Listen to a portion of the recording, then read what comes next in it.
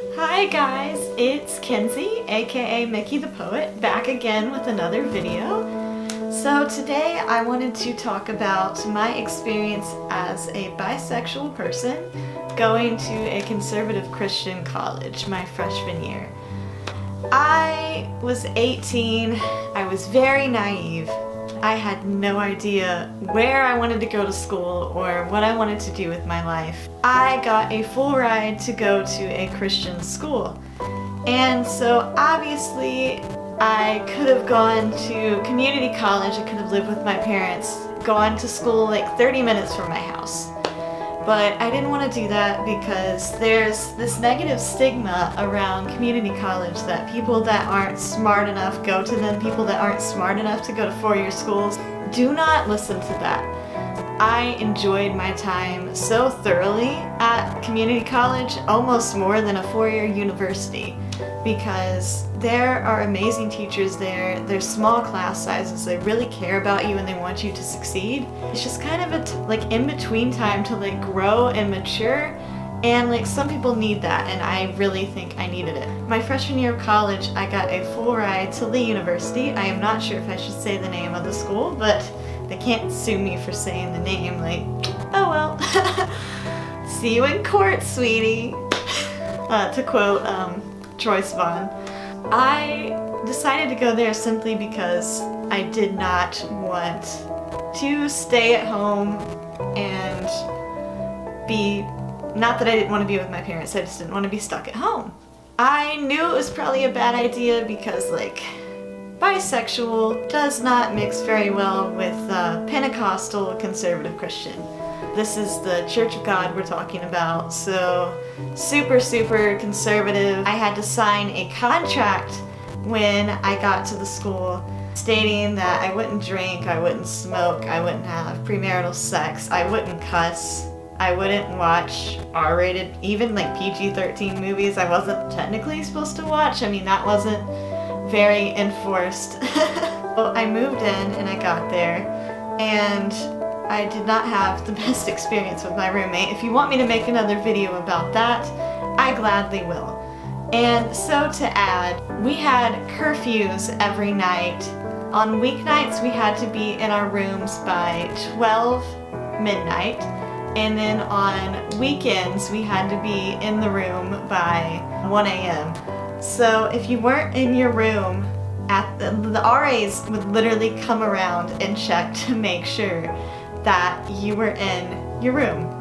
And we also had room checks to make sure that everything was clean. Every single week, every Wednesday, we would have room checks. And if you didn't pass room check, if you missed curfew however many times, you would have accountability hours, which means that you had to either clean something in the dorm, read a book that the RA wanted you to read, do chores around the dorm. And that was punishment, and they called it accountability hours. And we had to go to chapel twice a week. In one of the chapels, I was super excited because they were having someone, and this is a huge deal for this university. I know it may not seem like a huge deal, but this is a very big deal for a conservative Christian college. They were having a pastor come and talk about LGBTQ stuff, because they were doing a series on, I think it was series about different sins, which is already problematic that they're calling LGBTQ a sin, being gay a sin. So I went, I was excited, and I didn't know, I was trying to be hopeful and be maybe he's going to paint it in a positive light. But I sat there and I had to listen to this man compare being gay to being deaf. Comparing being gay to someone that has a disability. And I apologize if using the word disability is problematic. If it is to you, let me know how I should address that in the comments, and I will try to do better next time. But he compared it, he used some kind of C.S. Lewis quote comparing homosexuality to being deaf, basically, not being able to hear. And the analogy he used is that there's some people that call themselves deaf with a capital D, that's their identity, they're a deaf person. They go by that as their identity. Then there's people that use the lowercase deaf that's not a huge part of their identity. It's like, it's just the thing that they are, and it doesn't mean that much to them. So he used that analogy to talk about, like, there's gay people who are capital gay, that like that's a huge part of their identity. It's what they are, and it's a big deal to them.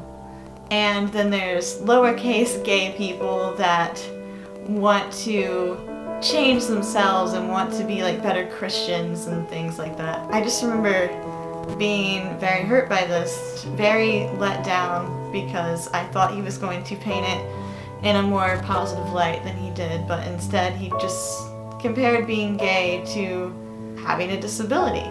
I dealt with a lot of homophobic comments just from people that I was around on campus and people that I had to live with.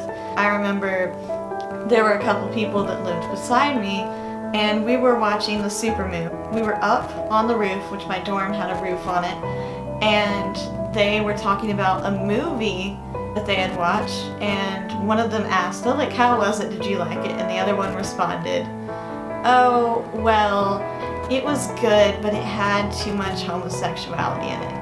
And I just felt like I wasn't welcome there. I got sick to my stomach, and I like had to go back to my room. As a tech person, I gave no fucks. I wore rainbow socks and like rainbow beanies around campus because they could kick you out if they found out you were dating someone of the same sex, or they found out you were sleeping with someone of the same sex. They used to be able to kick you out just for saying you were gay, but they can't kick you out just for saying you're gay and promoting gay rights. I don't think they can, currently as the handbook stands, but cross-dressing was banned in the handbook, so like it would have sucked to be a trans person there, and I am on the trans spectrum, although I do still present like mostly feminine, so I'm lucky in that aspect as a non-binary person that I can kind of just blend in and nobody questions me. You would not want to transition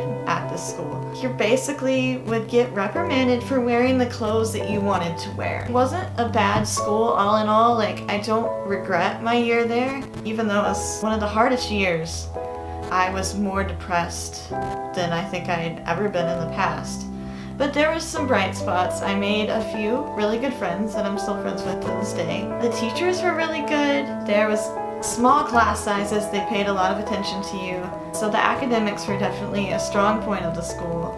But I mainly left because of the bureaucracy and the bigotry, if that makes sense. Like I said, it was one of the most hard, depressing years that I've had in my adult life. I did consider self-harm, suicide quite often when I lived there because I didn't have very many friends. I wasn't the proper Christian, like long blonde hair, clean cut, like doesn't wear a lot of makeup, like the proper Christian potential wife. And if y'all want to know, ring by spring is a thing. There are freshmen that get married by the spring of their spring semester their freshman year. So the analogy of Christian universities having ring by spring, it's totally a thing. I'm gonna confirm that because I saw it happen. I think what got me through my year at a conservative Christian college is honestly YouTube. And to borrow from Gabby Hanna, to borrow her phrase, YouTube is my therapy. It's helped me through so much, and if any of you guys are here from the start of my channel, thank you for still being here. I appreciate it so much from the bottom of my heart. Thank you for sticking with my little crazy dorky channel. I started making videos in 2016. Sorry for the car outside. I started making videos in 2016 because I used it as an outlet to process my emotions and just to have fun behind the camera. It gave me a hobby and something to do to take my mind off the depression and the suicidal thoughts. I have really fond memories of, oh god, I'm gonna cry, fuck. I have really fond memories of dancing to Youth by Troye Sivan in my dorm room. I have really fond memories of watching Tyler Oakley and reading Binge and listening to the audiobook Binge because I don't think I would have gotten through it without Troy and Tyler and Gabby, Hannah, and YouTube, and you guys.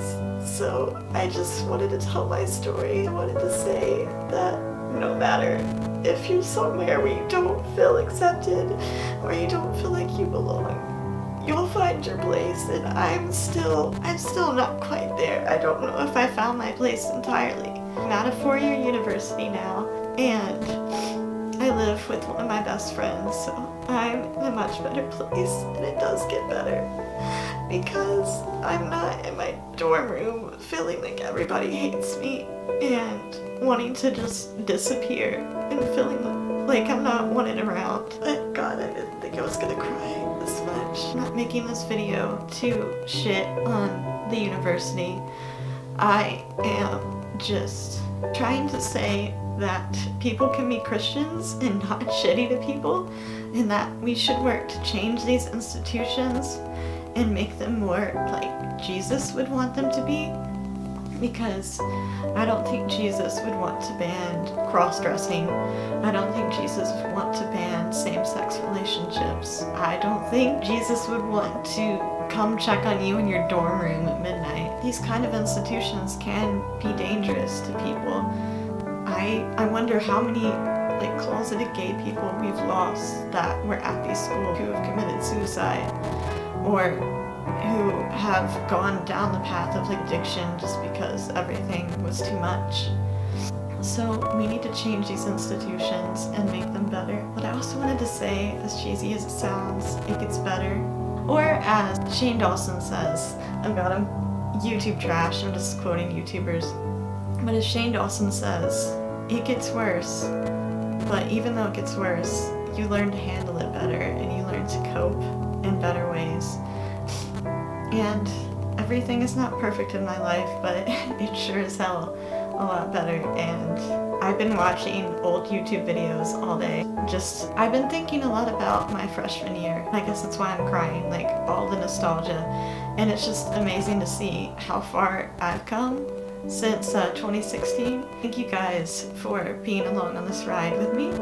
And I love you, and I'm gonna wipe my eyes and get my shit together. But I'll talk to you soon. Bye.